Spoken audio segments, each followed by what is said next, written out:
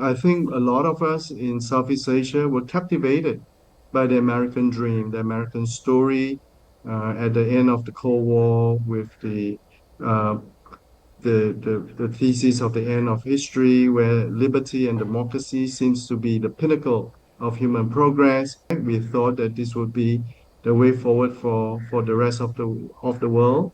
But we have struggled. We have struggled to keep up to our own values and ideals.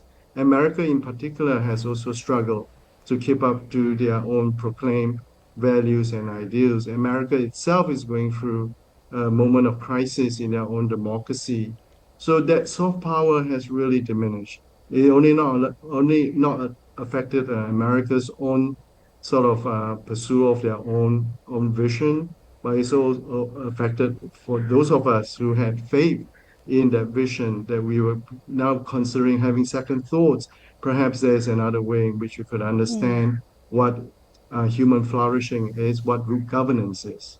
Well, China's economic imprints in the global south has been very impressive. For us here in the south, in Southeast Asia, we have experienced firsthand how China's Belt and Road Initiative, for example, has really rejuvenated the economic momentum in this part of the world.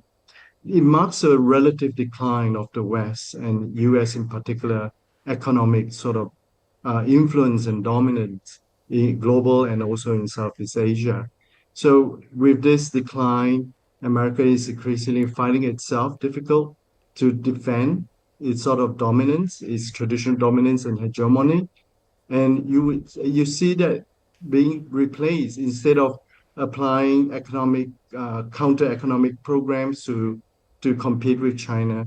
They are falling back onto their hard power, their military power, to maintain or retain some dominance in the region. And likewise, the cultural imprint that America had on us in terms of its soft power was very evident to us about 40 or 30 years ago.